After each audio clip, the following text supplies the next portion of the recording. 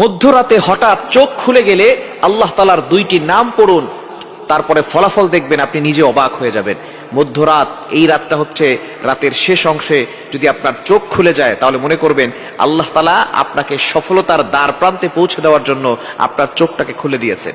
কিন্তু দুঃখজনক হলেও সত্য, আমরা অনেকেই রাতের বেলা হঠাৎ করে চোখ খুলে গেলে অথবা ঘুম ভেঙে গেলে কিন্তু আমরা আল্লাহকে স্মরণ করি না। এই সময়টা হচ্ছে সবচেয়ে গুরুত্বপূর্ণ সময়।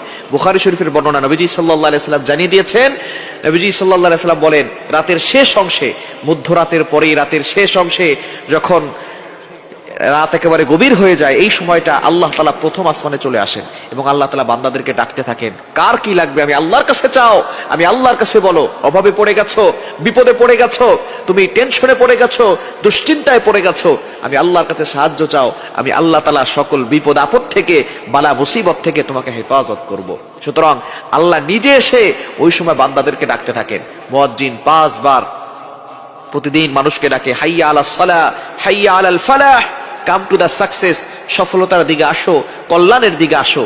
কিন্তু একটা সময় এমন আছে যে সময় আল্লাহ নিজে বান্দাদেরকে ডাকতে থাকেন। এই সময়টা হচ্ছে মধ্যরাতের পরে রাতের শেষ অংশে। এই সময়গুলোতে, এই সময় যদি আপনার চোখ খুলে যায়, আপনি এই আমলগুলো করতে দেরি করবেন না। আপনার ওযু করার দরকার নাই, ওই অবস্থায় আপনি আমলটি করবেন। আল্লাহ তাআলা দুইটি নাম পড়বেন 11 বার করে। কয়বার? এবং দুইটি নাম পড়ার আগে আপনি 3 বার দুরূদ শরীফ পড়বেন। দুরুদের ভিতরে সর্বশ্রেষ্ঠ দুরুদ হচ্ছে দুরুদ ইব্রাহিম।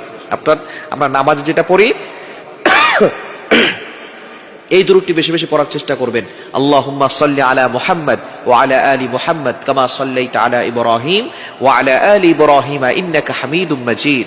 আল্লাহুম্মা বারিক আলা মুহাম্মদ ওয়া আলা আলি মুহাম্মদ কামা বারাকতা আলা ইব্রাহিম ওয়া আলা আলি ইব্রাহিম ইন্নাকা হামিদুম মাজিদ। এটা আপনি 3 বার পড়বেন। আর যদি এটা একটু বেশি কষ্ট হয়ে যায় তাহলে সাল্লাল্লাহু আলাইহি ওয়াসাল্লাম, সাল্লাল্লাহু আলাইহি ওয়াসাল্লাম, সাল্লাল্লাহু আলাইহি ওয়াসাল্লাম, এটা 3 বার পড়বেন। এরপর আল্লাহ তাআলা দুইটি গুণবাচক নাম পড়বেন, আল ওয়াহ্হাব, এটা পড়বেন 11 বার, আর হচ্ছে ইয়া ফাত্তাহু, এটা পড়বেন 11 বার। এই দুইটি নাম পড়ে আপনি আল্লাহর কাছে দোয়া করবেন, দেখবেন আল্লাহ তাআলা আপনার সকল চাওয়া পাওয়াগুলো কবুল করবেন, আপনার নেক আশাগুলো আল্লাহ তাআলা কবুল করবেন। আল্লাহ তাআলা নিজে বলে দিয়েছেন 9 নম্বর পারা 13 নম্বর পৃষ্ঠার 4 নম্বর লাইন, সূরা আরাফের 180 নম্বর আয়াতে আল্লাহ বলছেন, ওয়ালিল্লাহিল আসমাউল হুসনা ফাদউহু বিহা। তোমরা আল্লাহর গুণবাচক নাম পড়ে দোয়া করো, আল্লাহ তাআলা তোমাদের দোয়াগুলো অ্যাকসেপ্ট করবেন, তোমাদের সকল নেক আশাগুলো পূরণ করবেন। সুতরাং আমরা আল্লাহর কাছে চাইতে জানি না। আমরা এই রাতের শেষ অংশে, মধ্যরাতের পরে যদি হঠাৎ করে আপনার চোখ খুলে যায়, আপনি আল্লাহর কাছে দোয়া করবেন, দেখবেন আল্লাহ তাআলা আপনার সকল চাওয়া পাওয়া গুলো কবুল করবেন, বিপদ থেকে আল্লাহ হেফাজত করবেন। আল্লাহ তাআলা যদি কাউকে দেন তাহলে তার আর কোনো টেনশন থাকে না।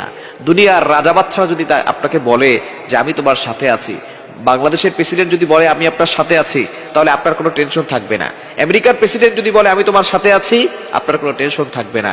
যদি আল্লাহ তাআলা সকল রাজাদের রাজা, মহারাজা, তিনি বলেন আমি তোমাদের সাথে আছি, আমি তোমার সাথে আছি, তাহলে ওই ব্যক্তির আর কোনো টেনশন থাকার কথা না।